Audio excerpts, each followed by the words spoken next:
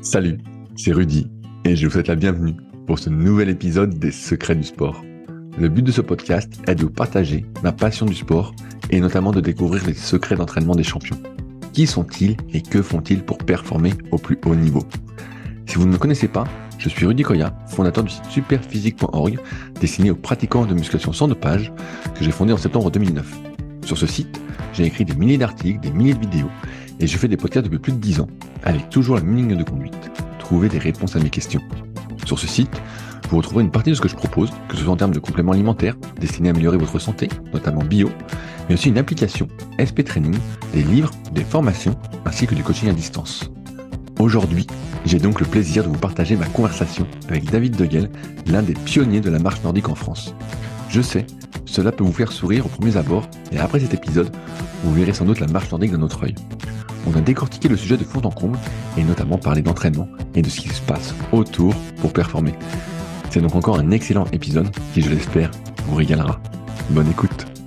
Salut David, t'as la forme ou quoi? Ouais, j'ai bien la forme. Ouais, je profite à la fois de l'été pour faire plein de choses et puis préparer un peu la suite. Alors, c'est un podcast un peu particulier aujourd'hui parce que je pense que beaucoup de personnes ne prennent pas la marche nordique très au sérieux. Tu sais, moi, la première fois que j'ai vu des gens, je savais pas ce que ça s'appelait la marche nordique, mais des gens marchaient autour du lac d'Annecy avec des bateaux, je me dis, mais qu'est-ce qu'ils font ces gens? Tu sais, je me dis, mais c'est bizarre, ils marchent avec des bâtons, sur du plat, tout ça. Et tous les deux, bon, on se connaît bien, je pense que ça s'entendra dans le podcast. Et donc, tu m'as contacté pour qu'on en parle, et même moi, ça m'intéresse. Comment on découvre la marche nordique? Parce que tu vois, j'en ai parlé à plein de copains, et tout le monde me dit, mais la marche nordique, mais c'est pas un truc pour personnes de 70-80 ans. Comment t'as découvert toi la marche nordique? Comment j'ai découvert la marche nordique? Ouais. Oh là là, on a du temps du coup. Ouais, on a le temps. Alors en fait, tout gamin. Parce que tout gamin, quand j'étais à Chamonix, je faisais du ski, et à l'école on faisait du ski de fond. Et puis on avait du matos, et puis l'été on l'utilisait, on marchait avec les bâtons. Je voyais bien les gars du club aussi s'entraîner, tout ça. Donc moi j'ai fait de la marche avec des bâtons comme ça quand j'avais 10 ans, tu vois. Et puis quand je suis arrivé à l'âge de 37 ans, je me suis dit, en tant qu'accompagnateur en montagne, qu'est-ce que je pourrais proposer comme activité dans mon panel de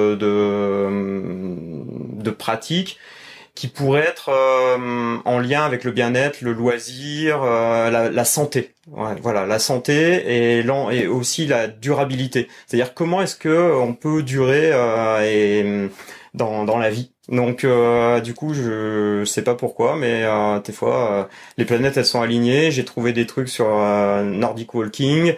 Je suis allé fouiller, j'ai vu qu'il y avait cette influence qui arrivait des pays nordiques, que finalement il y a eu plein d'études qui ont été faites sur les sportifs, entre autres les compétiteurs de ski de fond, et que ils s'entraînaient à base de cette marche l'été pendant les périodes où ils pouvaient pas faire de ski, où il y avait pas de neige, et que finalement ça en est devenu une pratique particulière. Donc au départ, c'était quelque chose qui a été intégré dans un plan d'entraînement, et puis finalement ça s'est extrait et c'est devenu vraiment une pratique en soi, quoi. Et donc j'ai adhéré, j'ai passé des diplômes d'instructeur de marche nordique avec des personnes qui étaient aptes à former, et puis c'est comme ça que je me suis lancé en 2006.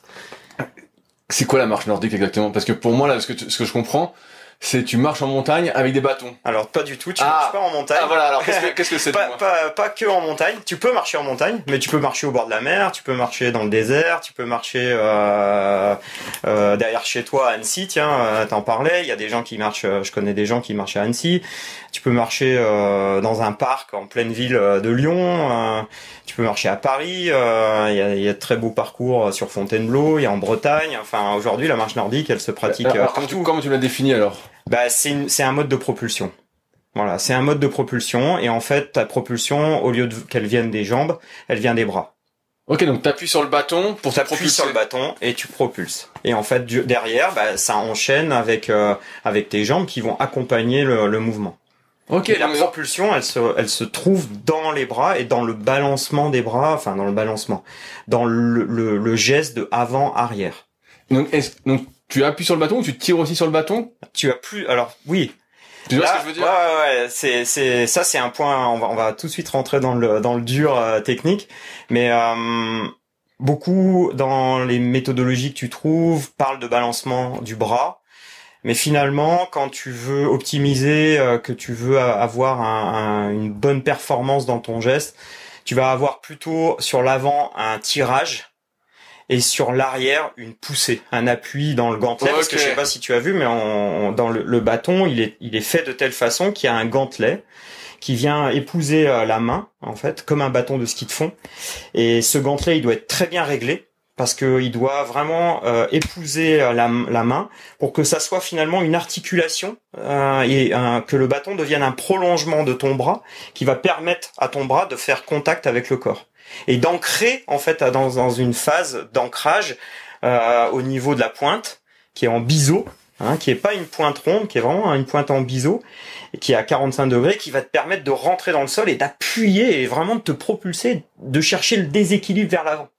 Ok. Donc t'es quasiment dans une course à pied, puisque du coup, ton talon, ton pied, il va reposer au sol, talon, et on va aller chercher vraiment le bout des orteils pour être dans le déséquilibre et reproduire comme une roue, quoi, tu vois, comme si on faisait du vélo. Et on tourne, et on a vraiment cette sensation de légèreté, de portée. Et moi, je parle de glisse à ce moment-là. Tu vois, je suis... Ok. Ah bah ouais, là, quand tu atteins ce niveau-là, t'as plus l'impression d'avoir une contrainte de bâton, plus de contrainte d'appui au sol. T'es vraiment dans le roulement et tu flottes. Et là, t'es dans un flow. Est-ce que tu peux comparer ça à du ski de fond, par exemple? Ouais, là, tu fais beaucoup de ski, donc est-ce que ça ressemble? Oui, tout à fait. Tu finis toujours, tu sais, sur le classique, le ski de fond, t'as le skating et le classique. Et l'alternatif, le classique, c'est vraiment on finit sur les orteils et on finit dans ce déséquilibre. Le ski glisse et en fait on reproduit ça. Mais sur un support qui est le sol, le sable, voilà. Et là, du coup, t'es vraiment dans ce type de pratique. Comment c'était intégré? Au début, tu disais c'était intégré en termes d'entraînement croisé pour d'autres sportifs. Oui. C'était intégré sous quel format? Sur du long, sur je vais dire du sprint, mais peut-être du plus rapide en montée ou sur de la descente. Comment c'était intégré, toi, à ton époque, quand t'as découvert? En fait, on utilisait ça comme un moyen d'entraînement dans les fractionnés, en seuil, tu vois. Ok, donc pareil. On utilisait vraiment ça, par exemple, pour s'entraîner, pour gagner en intensité. Et quand tu bouges les bras et les jambes, même si tu fais une courte côte, là tu vas avoir ton cardiaque, ton niveau de pulsation qui va monter beaucoup plus vite. Donc il y a toute une gestion de l'effort long dans ces séances-là. On parle aujourd'hui de beaucoup de basse intensité aussi.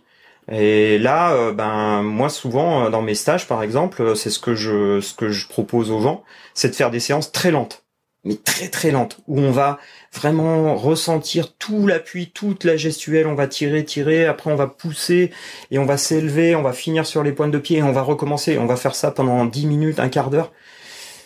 Quand tu tiens déjà 10 minutes, un quart d'heure, tu vois, par exemple pour les stagiaires qui n'ont pas trop l'habitude d'être dans la lenteur, mais vraiment l'extrême lenteur, c'est très dur. Parce que tu gagnes tout, t'appuies tout, tu serres c'est comme quand tu démarres une activité. En fait, au lieu d'être dans la fluidité, t'es dans la crispation. Ouais, tu cherches une fluidité que tu n'arrives pas à avoir. Ouais. Et donc, rien qu'en faisant ça, est-ce qu'ils ont le cœur déjà qui monte? Oui. Si t'es sur, par exemple, un plat montant, tu vas tout de suite ressentir ça. Après, ça va dépendre aussi de ton niveau de performance, ton niveau physique, ton niveau général de bonne santé aussi. Donc, ça, il faut aussi adapter Je pose cette question parce que, comme tu l'as dit, c'est la basse intensité, c'est repopularisé, on va dire, avec la démocratisation vraiment de l'entraînement pour être le plus complet possible. Disons ça comme ça. Et donc, je me dis que pour beaucoup de personnes, de ce que je peux voir, s'ils se mettent tout de suite à courir, ils courent trop vite et le cœur monte vraiment beaucoup, tu vois. Ah bah oui. Et donc c'est pour ça que, par exemple, mon pote Sean, lui, il conseille plus de faire du vélo, du biking.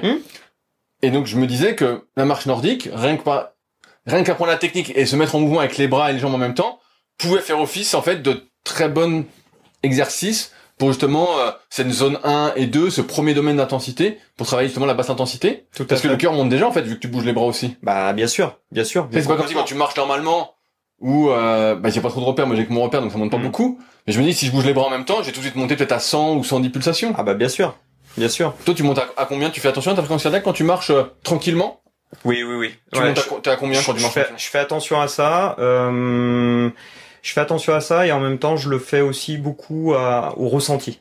Tu vois, j'essaye de temps en temps de tester. Est-ce que tu peux parler? Est-ce que tu es capable d'enchaîner des phrases sans être à t'étouffer, tout ça. Là où ça peut être un bon repère pour dire bah là t'es trop au niveau cardiaque. Non, ouais, je marche sur des fréquences qui vont être entre 80 et 100 quoi. Ok. Ouais. Bon, tu marches tranquillement. Ouais. Tout à fait. Tu fais ta basse intensité. Ouais. Là, je suis entre 4,5 et 5 km/h. Ok, quand tu marches tranquille. Ouais. Et tu montes à combien alors quand tu marches vraiment vite sur du plat? Quand je marche vite sur du plat, sans dire d'avoir monté, hein, je peux avoir des pointes à 10,5 aujourd'hui. Ok. Ouais, donc putain, t'es vraiment en déséquilibre. Alors c'est. Oui. Et comment tu sais que tu ne cours pas? Tu vois, parce que je me souviens la marche en athlée. Ouais. Faut que t'aies toujours un pied au sol.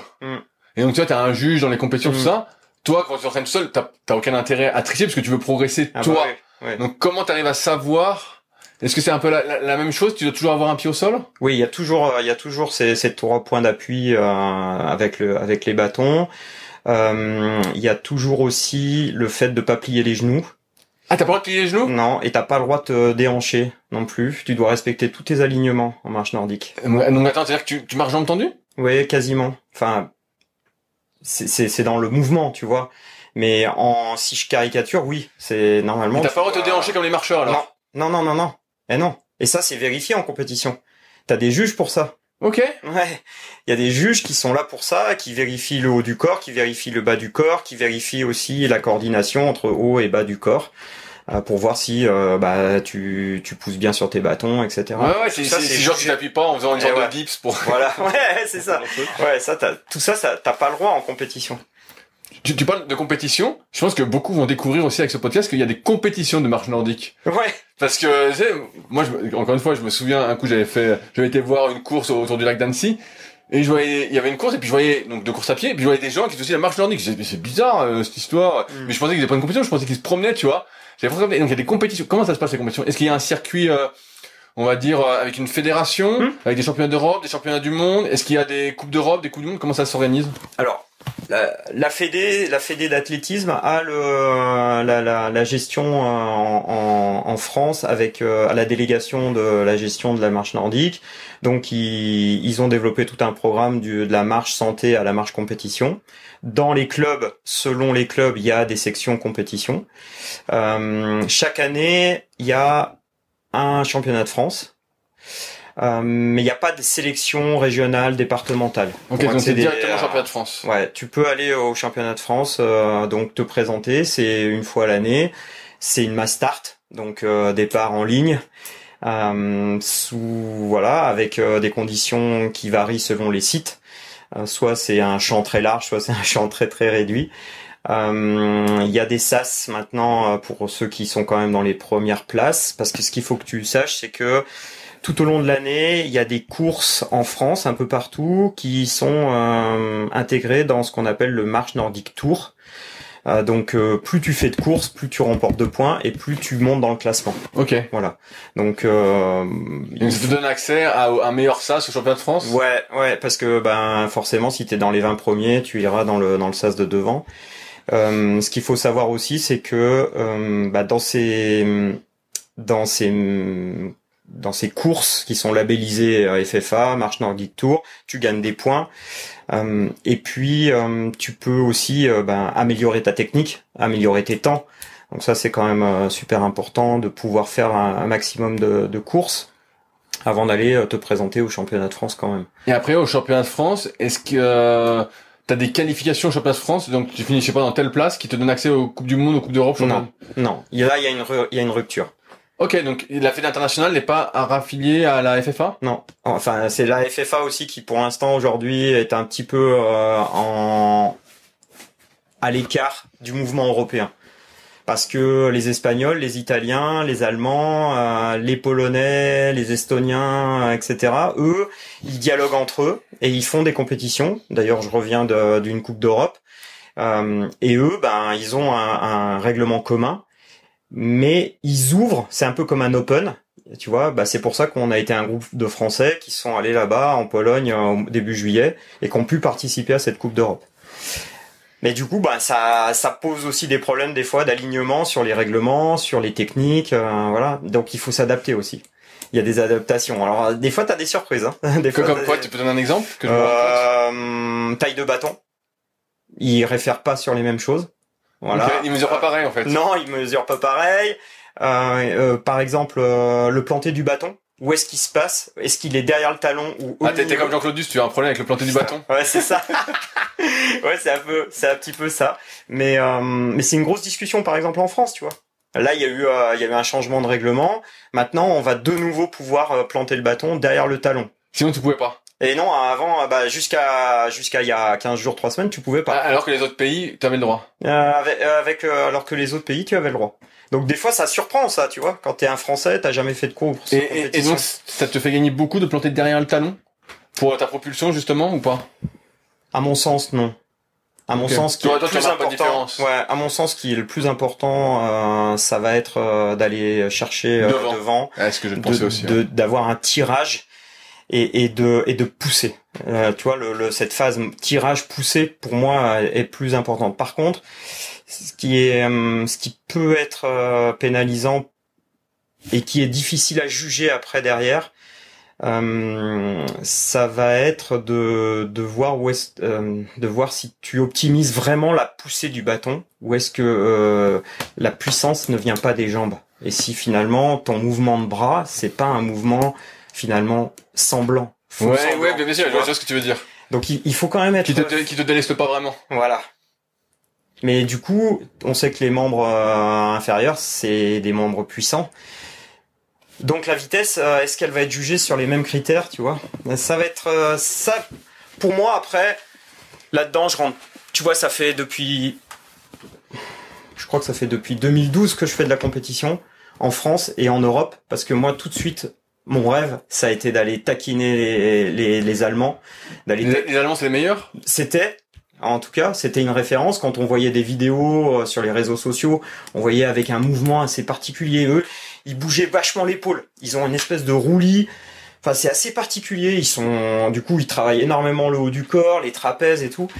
Putain, je me disais, waouh, ça vaut le coup d'aller voir ça. C'est intéressant d'aller checker ça en vrai, quoi. Et puis de discuter avec eux, de voir comment ils s'entraînent, ce sur quoi ils jouent, quels sont les facteurs sur lesquels ils jouent pour gagner en vitesse. Parce que un Michael Epp, qui est un mec, un Autrichien, là, enfin qui est du Tyrol, à l'époque, en 2014, quand j'ai fait ma première participation à ma première Coupe du Monde, ce mec-là, il a mis 2,10, je crois, de mémoire comme ça, pour faire les 21 km. Donc il est fort. Il marche, il marche à plus de 10 km/h sur 21 km. Avant de revenir sur les distances, donc là tu me parles de Coupe d'Europe, est-ce qu'il y a des Coupes du Monde aussi avec genre des Américains, tout ça? Oui. Alors les Américains, je les ai jamais vus. Mais alors ça, les Coupes du Monde, ça se passe à l'autre bout du monde? Non, la plupart c'est ici en Europe. Ah, c'est en Europe. Ouais.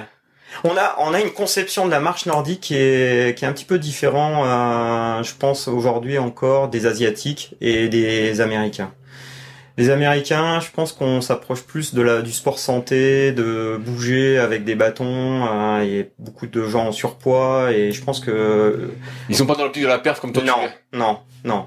Et tu sais, j'ai fait une espèce de traversée. Je suis parti de Paris en étape et puis je suis remonté jusqu'à Helsinki parce que les Finlandais sont vraiment à l'origine de cette activité, de cette pratique. Donc je voulais aller voir ce qui se passait en Finlande. Et au fur et à mesure, je remontais dans les pays avec Sophie. On rencontrait des marcheurs nordiques parce que c'était ça l'objectif du voyage. C'était aller dans un pays et rencontrer des marcheurs et marcher avec eux et comparer nos techniques, tu vois.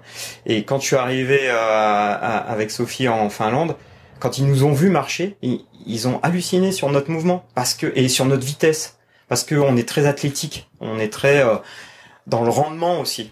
eux, ils sont plus dans la déambulation, dans tu vois, le fait de bouger les bras et les jambes. Donc là, peut-être plus dans l'image que tu décrivais au départ. Ouais. On se dit, bon, allez, c'est un sport d'ancien, tu vois, de déambulation. Mais non, pas du tout. Comment ça se passe quand tu vas sur les Coupes d'Europe, les Coupes du Monde, tout a été frais? La fédération, vu qu'il n'y a pas vraiment de qualification. Donc, Oui. Donc l'hébergement, tout ça? Oui, tout ça. Aujourd'hui, moi, j'ai été licencié dans plusieurs clubs.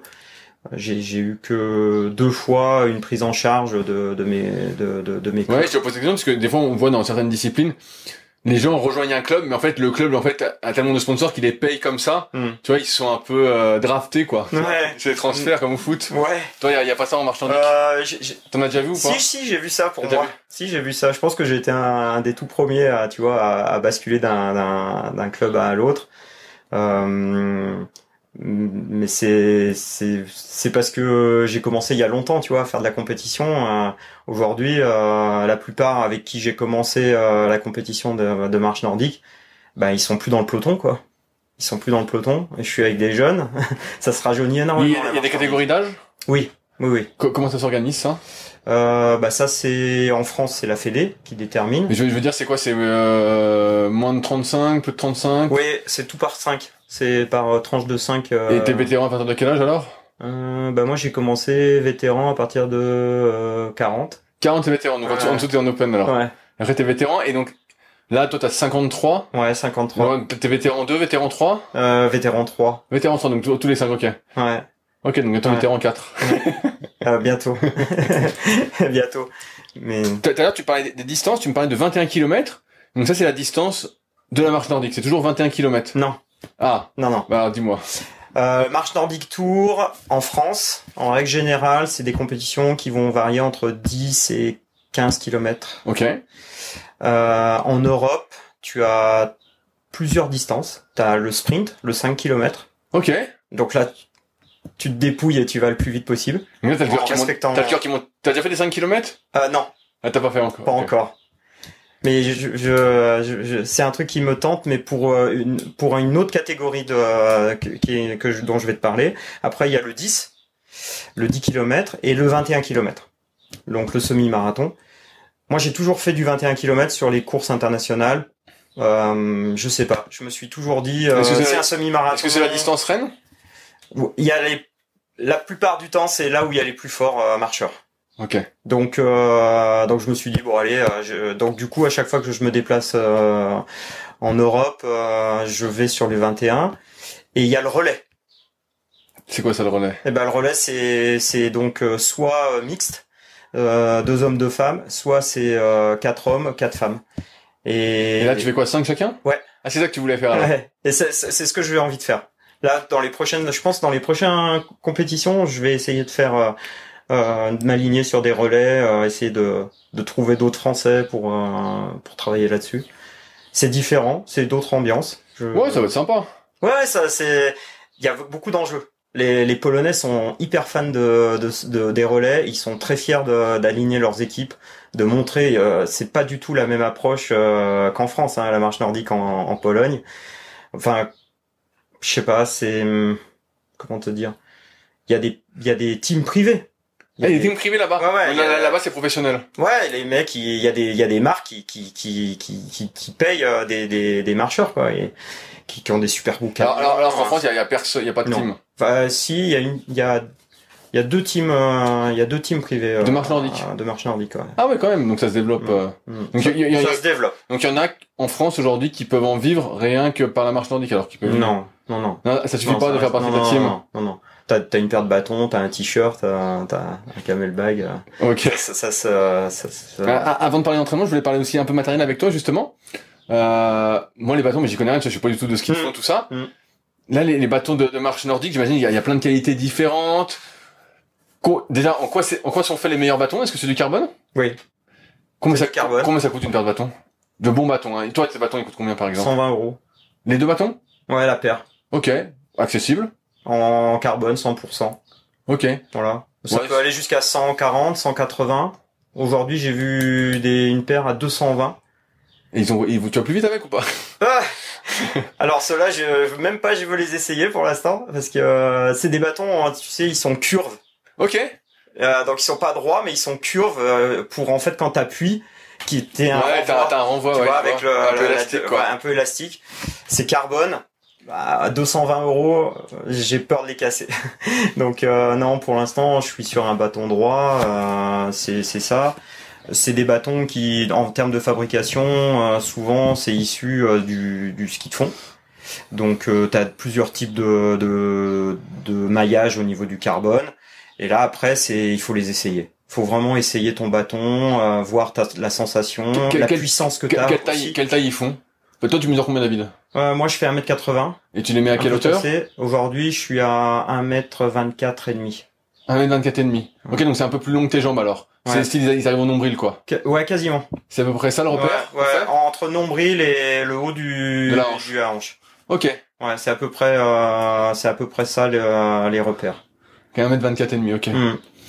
Est-ce que comme en athlée, je te suis aussi depuis un petit moment, c'est la mode des chaussures carbone.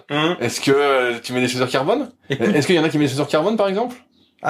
Aujourd'hui, je sais qu'il y a, c'est vraiment quelque chose qui, c'est un peu du marketing, cette histoire. Donc forcément, on en entend tous parler. Je pense qu'il y a des gars qui doivent en utiliser. Moi, j'en utilise pas. T'as essayé? Non, j'en ai pas essayé. Mais qu'est-ce que tu attends alors? T'as peur de rebondir?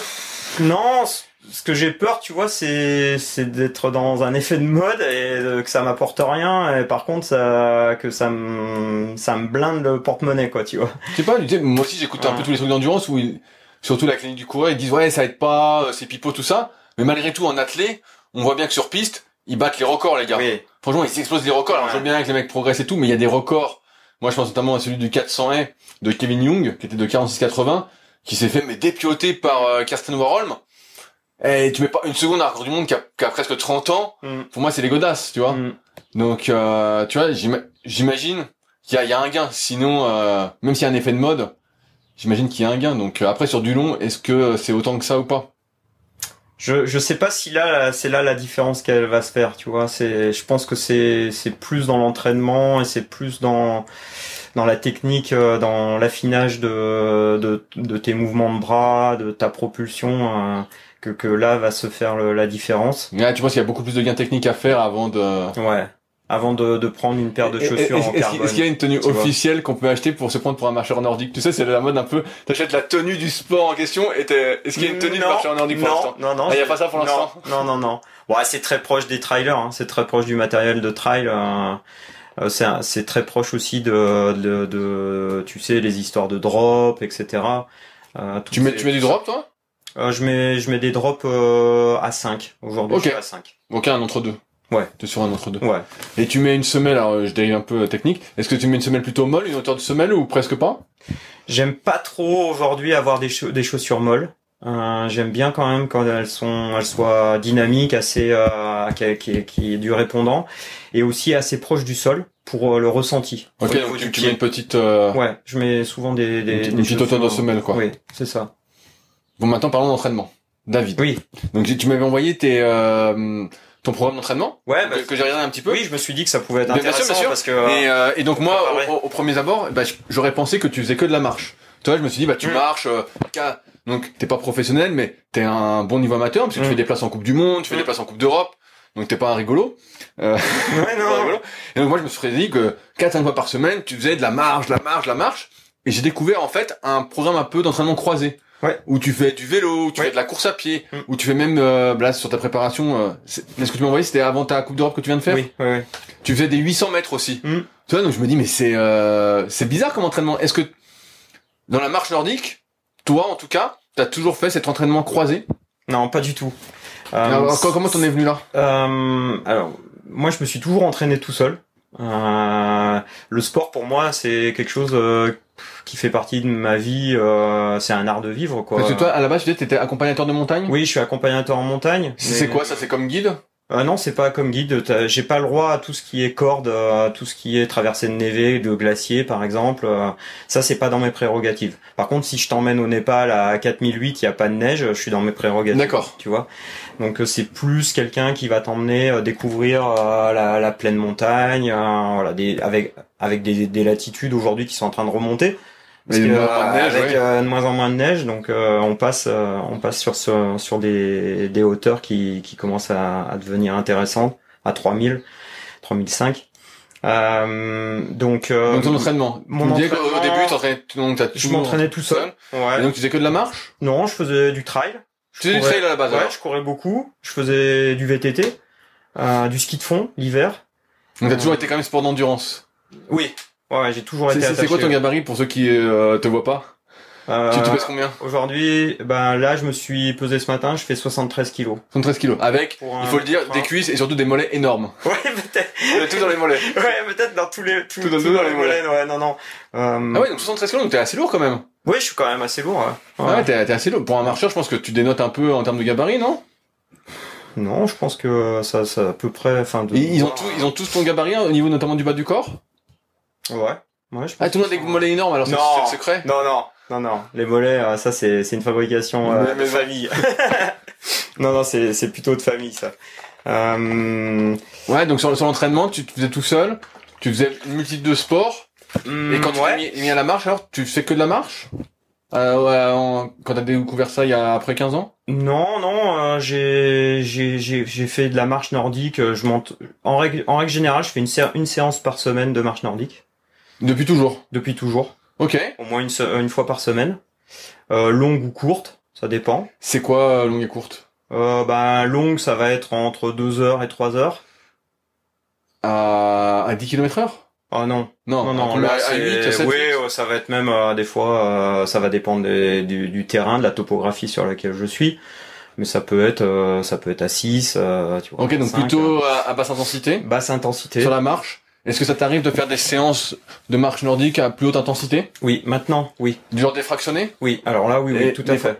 Comme tu dis 21 km, j'imagine des fractionnés plutôt longs? Plutôt long, ou même, des fois, ça dépend un petit peu de ce que je prépare comme compétition. Mais des fois, c'est des 40-40, ou des fois, c'est plus, c'est beaucoup plus long. Ouais, donc du travail de style, comme on disait, VO2, VMA, ouais. Classique. Ouais. Du seuil aussi, pour garder la puissance sur la durée. C'est quoi une séance seuil pour toi, pour ceux qui connaissent pas et qui écoutent pour la première fois? Tu vas faire quoi, 3-4 fois 10 minutes tarif? 3-4 fois 1000, avec deux sessions de 3-4 fois, tu vois, avec 10 minutes de donc repos. tarif, alors, tarif. C'est grosse séance de seuil, quand même. Ouais, c'est ça. Ouais. Avec je sais pas, vraiment la vitesse max que je peux aller. Et donc avec le cœur qui monte. Le cœur à fond. Ah ouais, donc c'était vraiment une grosse séance. 140, 150. Ouais.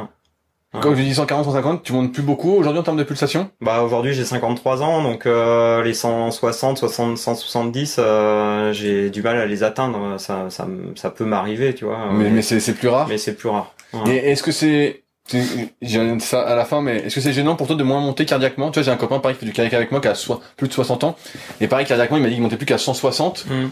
Et je me pose la question, est-ce que tu sens que ça te gêne? J'ai pas l'impression de pas monter aussi haut. Non, j'ai pas l'impression. Par contre, je m'applique beaucoup plus dans mon échauffement. Pour faire monter mon cœur dans l'échauffement, ça prend plus de temps. Donc il faut que dans ma préparation avant ma compétition par exemple, je prenne plus de temps pour faire monter mon cœur. Mais après bon, c'est pas gênant, hein, pas plus que ça.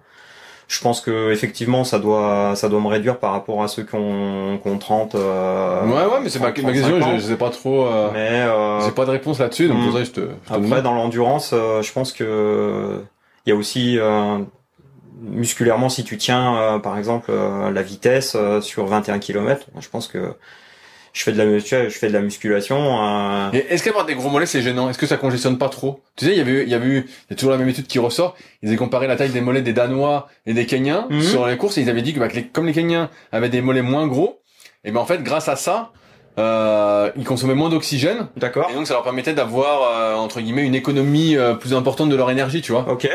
Est-ce que toi c'est un facteur limitant? En tout cas, c'est pas un truc que j'ai. Ouais, tu sens pas. Ouais, j'ai pas. Tu le sens pas. Non, je le sens pas.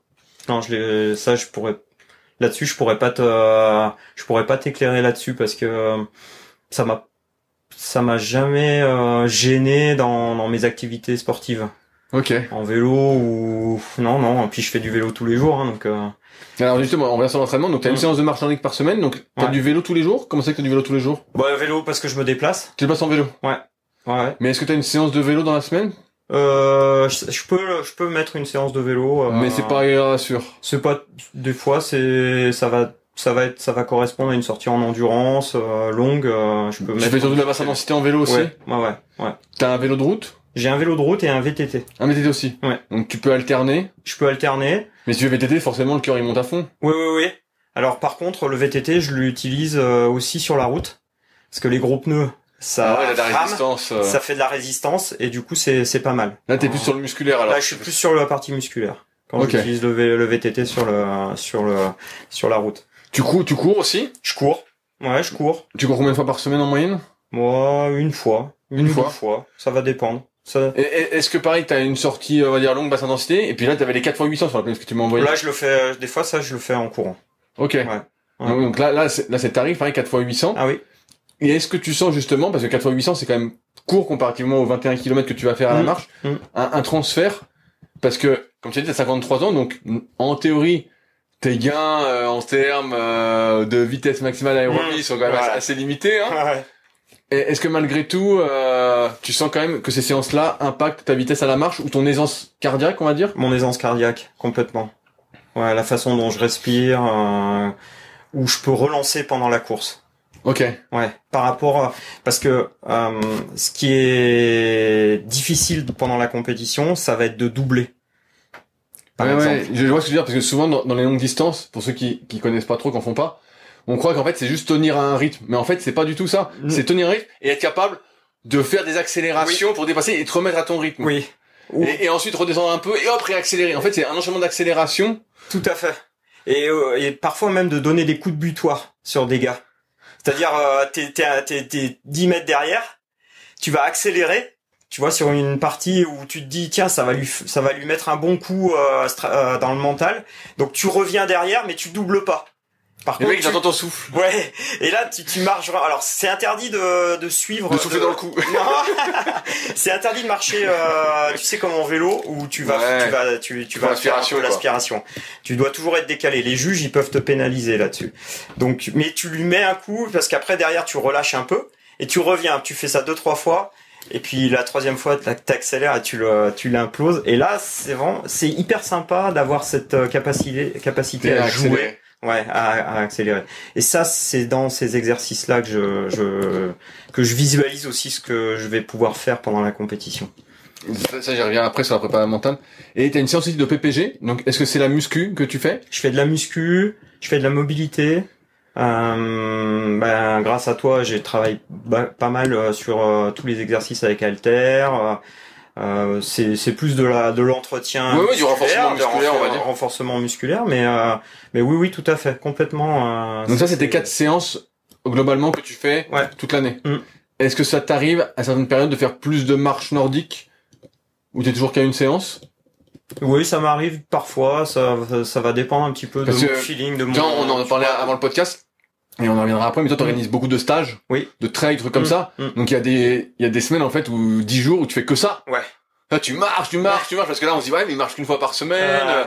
Mais en fait il y a des mois, tu fais un stage de 10 jours, en fait tu marches comme un fou tous les même si tu marches avec des gens. Donc j'imagine il y a plusieurs niveaux dans tes stages, mais si c'est des gens qui ont un bon niveau, en fait t'es tout le temps en train de marcher et puis souvent comme tu dis t'es accompagnateur de montagne donc ça monte.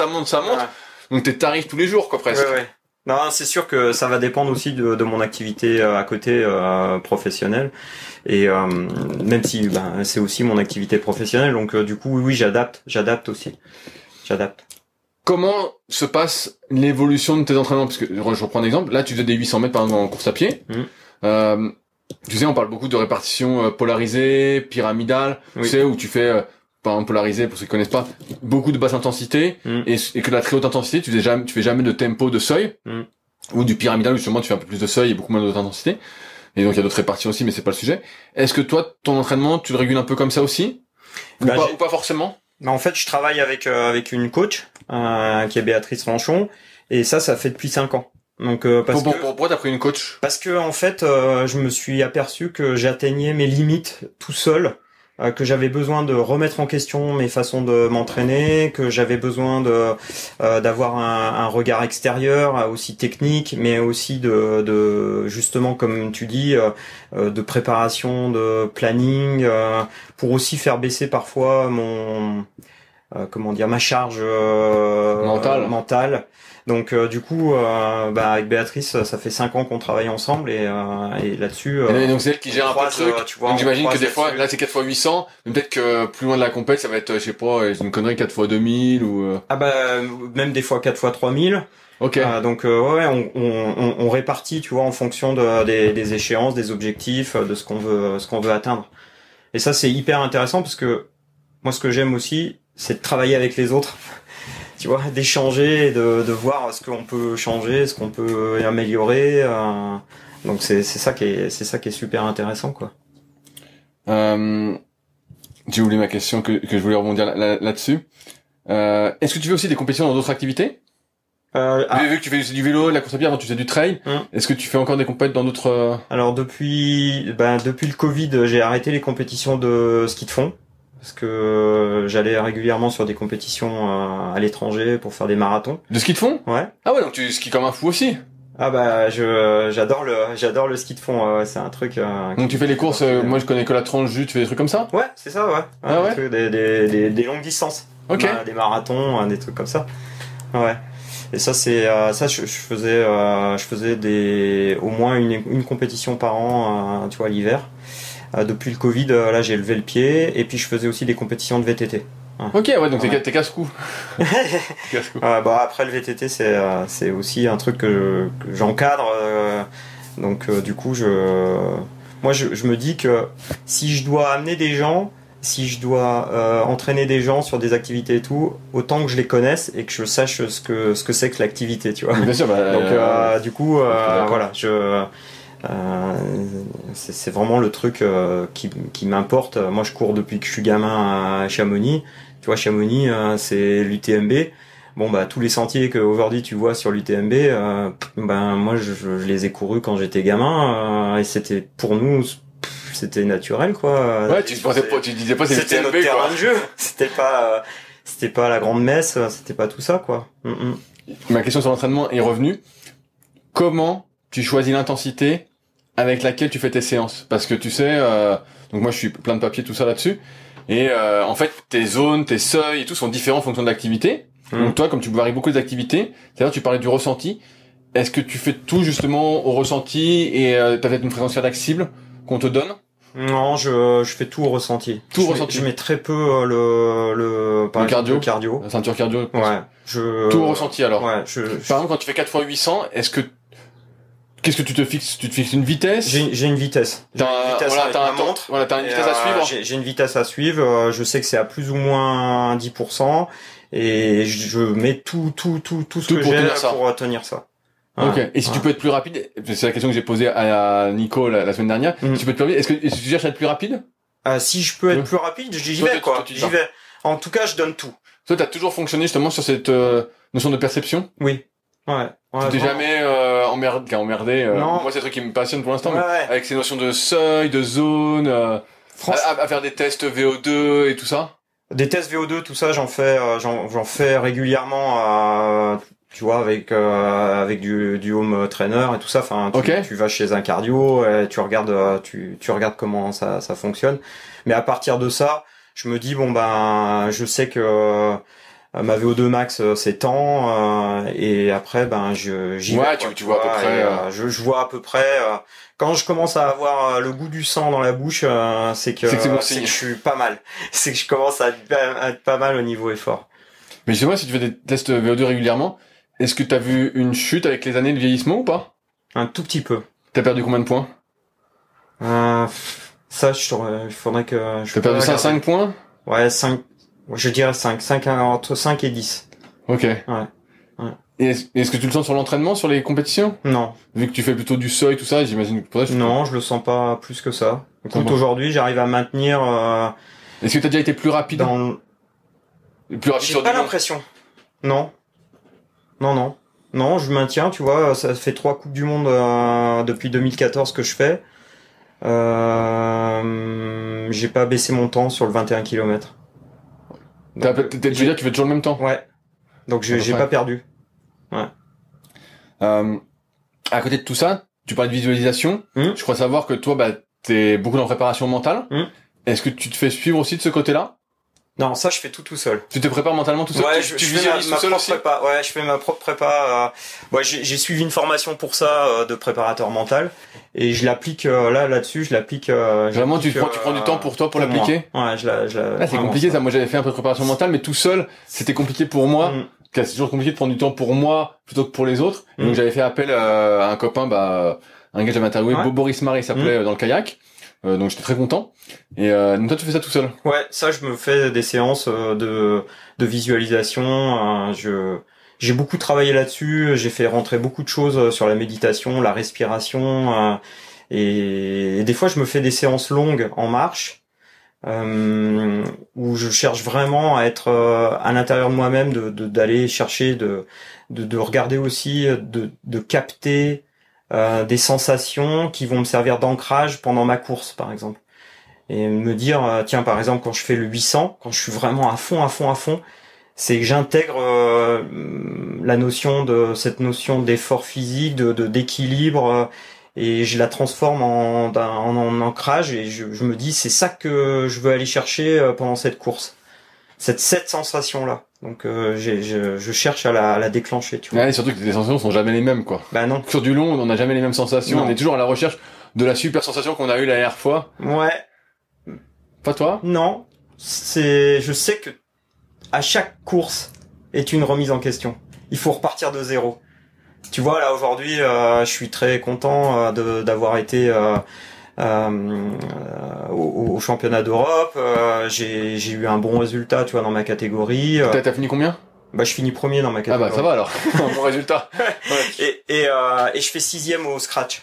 Donc tout cumulé. Et donc il y a des Espagnols et tout ça devant moi qui T'es le plus vieux? Je pense que je dois ouvrir la tranche des 50 ans.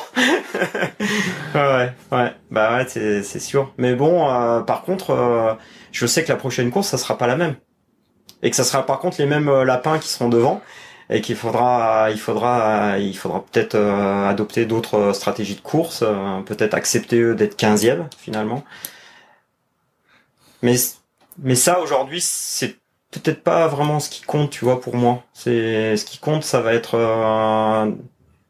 le ressenti, comment je me suis senti pendant la course, avant la course, après la course.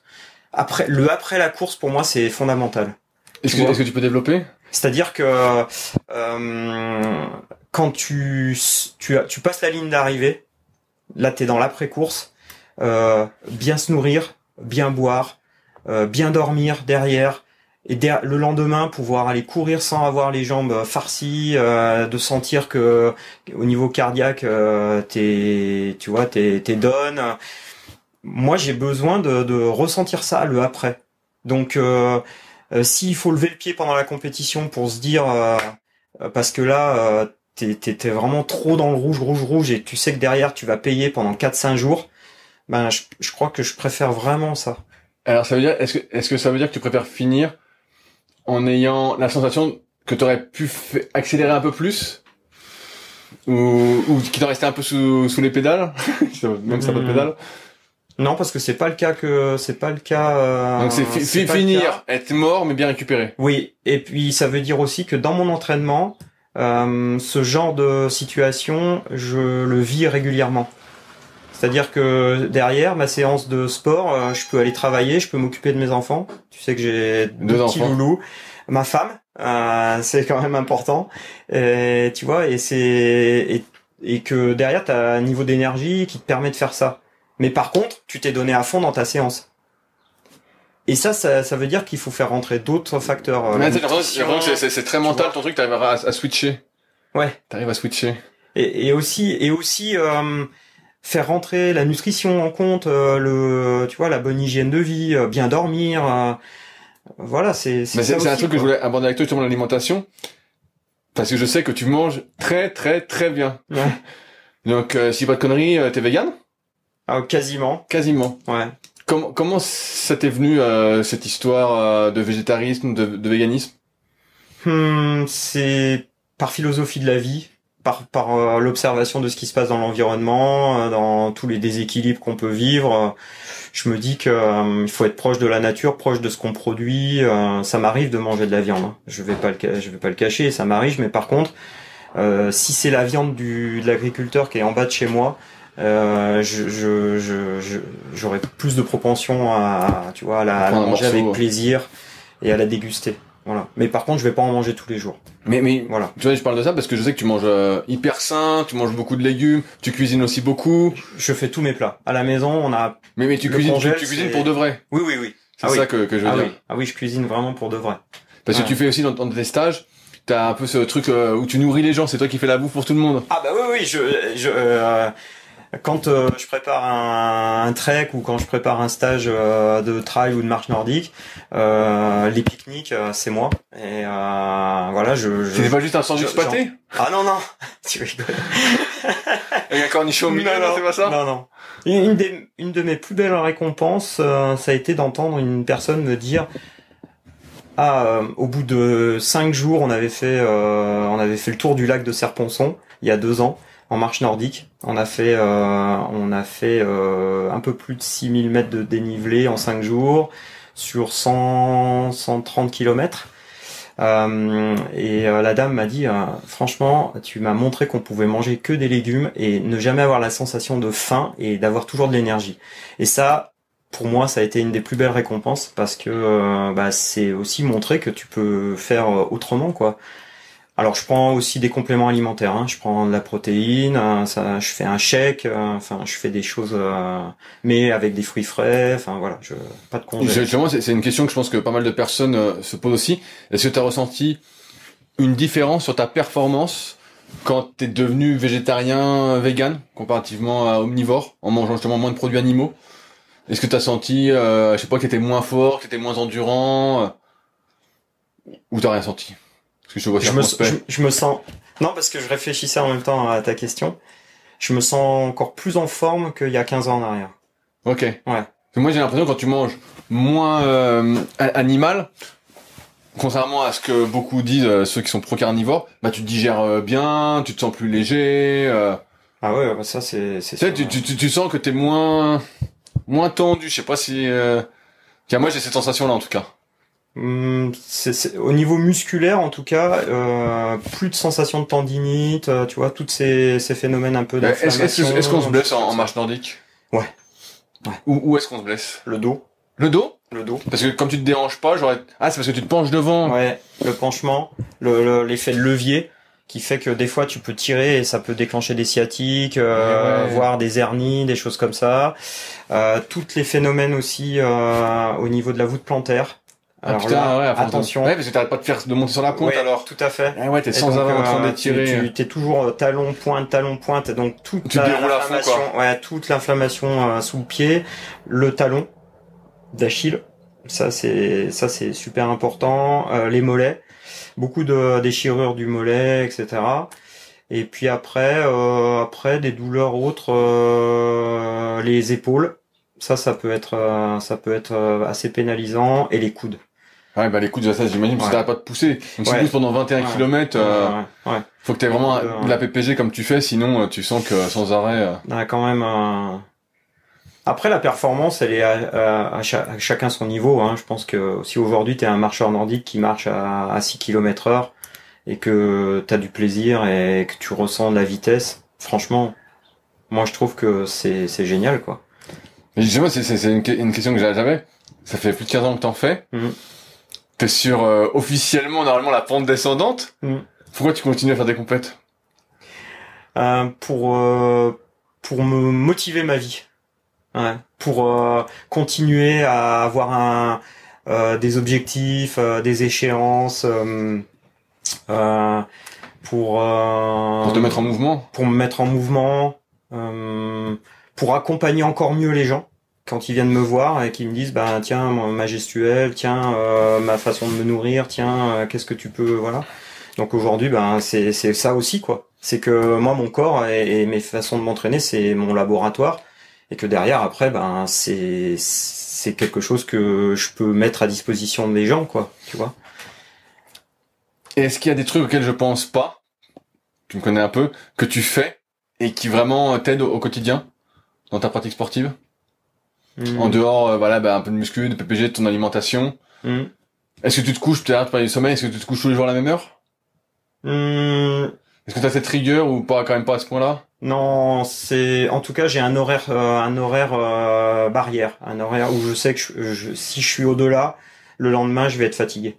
Donc, ça veut dire que si tu as une séance le lendemain, peut-être qu'il faut la changer. Et il faut peut-être se dire, bon bah tiens, plutôt que de faire cette séance-là, je vais faire une autre séance et je ferai l'autre séance pour être plus efficace la semaine, plus tard dans la semaine, tu vois.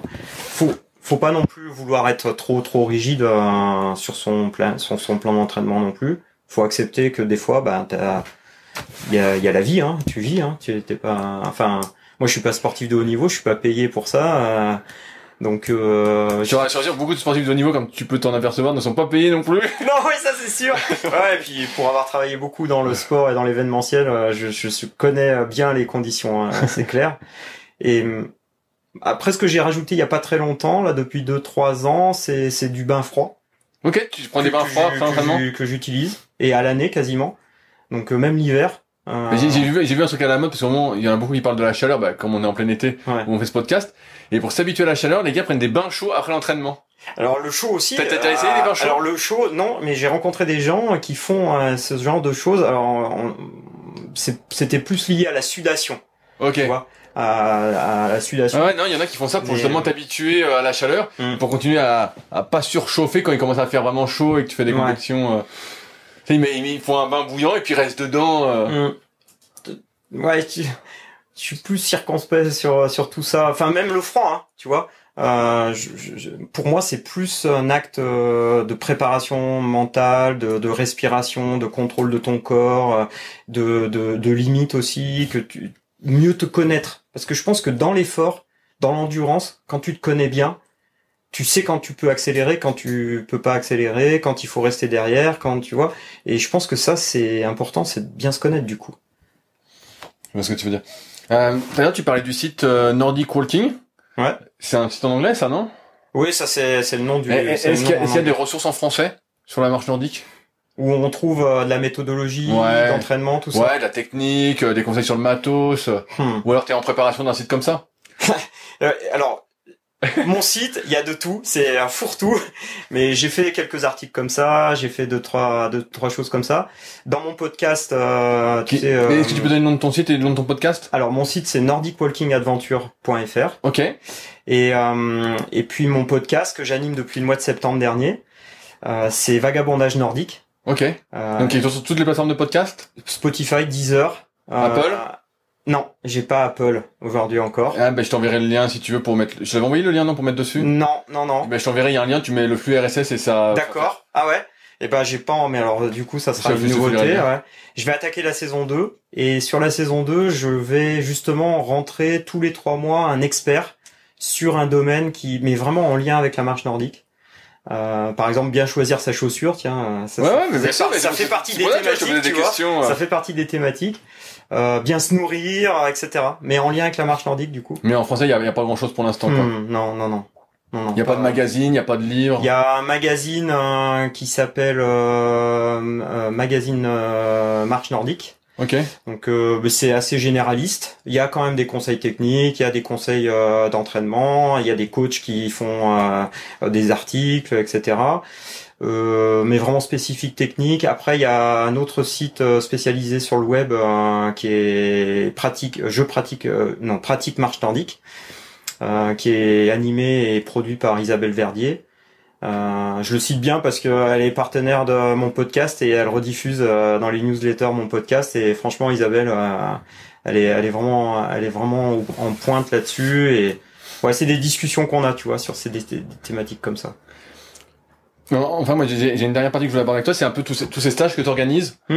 Donc, toi, à côté de ça, donc comme tu as dit, t'es pas professionnel. Donc, de ce que je comprends, tu vis beaucoup de stages. Alors, je vis en partie des stages, parce que j'ai donc, t'organises des stages, en fait, plus de trek, de découverte, Ça va varier. Ça dépend. Ça va varier. Ça peut être des stages techniques, vraiment ultra techniques, 2 jours, week-end, hein, on va faire que de la technique, 100% technique. C'est des stages que je vais organiser soit seul, soit avec d'autres coachs. Comment on trouve ces stages? Est-ce qu'il faut te contacter directement? Ouais, le mieux c'est ça, ou par mon site. Par ton site. Ouais. Ton site qui s'appelle nordicwalkingadventure.fr. Et ton mail? Et mon mail, c'est nordicwalkingadventure@gmail.com. Ok. Voilà. Ça marche. Ouais. Et sinon après sur ma page Facebook aussi, les gens. Ça s'appelle pareil? Pareil. Ok. Toujours. Comme ça, je suis transverse. C'est au moins, c'est tout. Ton site va bien en fait? Parce que après ça n'allait, t'avais des c'est bon là? C'est revenu. C'est revenu. Non, c'est pas la satisfaction totale, mais c'est revenu. Ouais. Ouais, ça a été un peu, ça a un peu pêché. Non, après, des séjours aussi. Des séjours longs. C'est quoi des séjours longs? Bah, tu vois, par exemple, le tour du lac de Serponçon en 5 jours. Ça fait travailler l'endurance en marche nordique. Avec un parcours adapté. Parce qu'on a, il y a une chose qu'on n'en a pas parlé. Tu vois, ça me fait penser à ça. Si je peux me permettre la parenthèse. C'est le choix du parcours. Parce que des fois, je vois des marcheurs nordiques s'encaper dans la montagne, dans des petits chemins avec des pierres partout, des trucs. Comment tu veux aujourd'hui faire un bon geste sur ce type de chemin? Cours sur ce type de chemin. Fais du trail, mais pas de la marche nordique. Tu vois, la marche nordique, il faut quand même que t'aies un parcours qui te permette de faire de faire ton mouvement en fait avec les bras en même temps. Et puis sinon en fait tu fais un truc un peu haché. T'es tout haché. Et t'as plus cette sensation de ce que je comprends de glisse que toi tu as. Tu le ressentiras jamais. Donc le choix du parcours, il est super important. Et donc ça c'est ce que tu proposes aussi dans tes stages. Ouais, c'est pour ça que dans mes stages, je sélectionne les endroits où je vais et que j'ai sélectionné les parcours. Et bah c'est cool. Et bah j'arrive au bout de mes questions, David. Est-ce que t'as changé d'image de la marche nordique? Ouais, mais je savais déjà que c'était sportif. Ouais. J'avais déjà l'idée, c'est pour ça aussi que je t'avais dit ok pour le podcast. Ouais. Et je pense que j'espère que nos auditeurs ont passé un bon moment, mais j'en doute pas trop. Et puis comme l'a dit David, si vous êtes intéressé pour en savoir plus sur le sujet, tester tout ça, encore une fois, je l'ai dit en début, mais surtout ce qui est basse intensité. Comme on en a parlé aussi avec Nico la semaine dernière, souvent on fait de la basse intensité qui n'en est pas, qui est de la trop haute intensité. Oui. Et je pense que c'est une super porte d'entrée, cette marche nordique, quand on n'a pas envie de s'acheter un vélo en plus à 1000 balles. Ouais. Donc pour faire du vélo. Donc je pense que c'est une super porte d'entrée.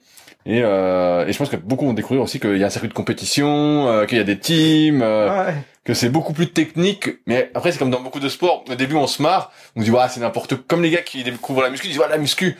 Ah mais en fait, si tu fais la muscu comme moi, je vois le truc, c'est hyper technique, mais quand tu fais comme ça, c'est pas technique. Oui. Tu vois, marcher, ça semble naturel, effectivement.